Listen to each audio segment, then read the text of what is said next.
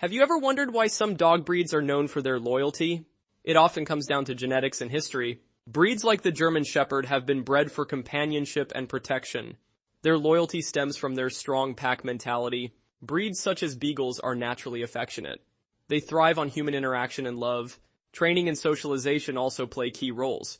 Consistent bonding experiences strengthen their loyalty. Some breeds are more sensitive to their owner's emotions. This emotional connection enhances their loyalty. Ultimately, loyalty is a two-way street.